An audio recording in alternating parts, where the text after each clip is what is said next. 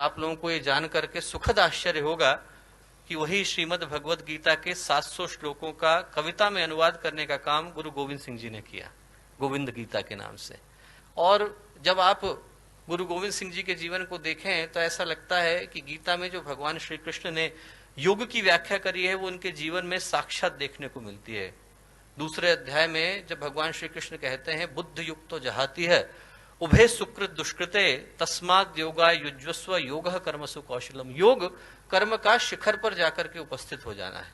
और वैसा ही जीवन गुरु गोविंद सिंह जी का था। उनके व्यक्तित्व का एक एक आयाम ऐसा लगता है जैसे हिमालय की चोटी पर जाकर के बैठ गया है। उनके विषय में बोले तो ऐसा लगता है जैसे भगवान कृष्ण या गुरुदेव के विषय में बोल रहे हैं। 3000 के करीब पुस्तकें गुरुदेव ने लिखी, 24 गायत्री के महापुरुष चरण करे, इतना बड़ा संगठन खड़ा किया, साधक थे, संत थे, तपस्वी थे। व्यक्तित्व का हर आयाम शिखर पर था। और वैसा ही गुरु गोविंद सिंह जी के विषय में बोलते हुए लगता है। और दो अद्भुत सोचें गुरु गोविंद सिंह जी इस देश को, इस राष्ट्र को देकर के गए। पहली, राष्ट्र के प्रति अगाध निष्ठा, अटूट भक्ति। आज यदि इस देश की पश्चिमी सीमाएं इतने सारे आक्रमणों को झेलने के बाद भी बिना किसी खरोंच के खड़ी हैं दोस्तों, तो उसके लिए यहाँ की भूमि, यहाँ की मिट्टी, यहाँ की धरती, यहाँ का आकाश, यहाँ का पानी, यहाँ की वायु एक एक सिख का कर्जदार है। एक एक सिख का, खालसा का कर्जदार है, गुरु गोविंद सिंह जी का कर्जदार है।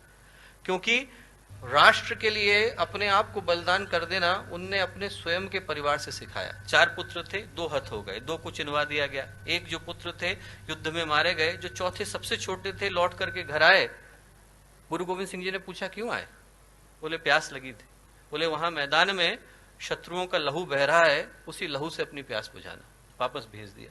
वो भी हत हो गए। 4 पुत्र मारे गए। मां का हृदय था। मां ने पूछा क्या कर रहे हैं? तो गुरु गोविंद सिंह जी बोले इन पुत्रन के शीस पर मार दिए सुत 4। 4 मुए तो क्या हुआ, जीवित कई हजार। हजारों पुत्र है मेरे, 4 गए तो क्या हुआ। ये है राष्ट्र के प्रति निष्ठा दोस्तों। एक एक खून का कतरा बहा देना, एक एक सांस को सुपुर्द कर देना, ये राष्ट्र धर्म है। धर्म वो नहीं है कि हम मंदिर में जाएं, घंटे घड़ियाल बजाएं, भगवान के कान दुखाएं। धर्म वो है जब हम लोग राष्ट्र के प्रति अपने दायित्वों की रक्षा करते हुए अंतिम सांस को भी शहादत की तरह सुपुर्द कर देते हैं। वो राष्ट्र धर्म कहलाता है। और वो गुरु गोविंद सिंह जी ने हमें सिखाया। दूसरी जो चीज दी वो दी एकता, साथ साथ चलना। बड़ा दुख होता है जब लोग धर्म के नाम पर तोड़ने की भाषा का प्रयोग करते हैं। धर्म तोड़ना नहीं सिखाता, धर्म जोड़ना सिखाता है। धर्म गिरना नहीं सिखाता, धर्म उठना सिखाता है। धर्म बंटना नहीं सिखाता, धर्म मिटना सिखाता है। और ये गुरु गोविंद सिंह जी ने हमें सिखाया।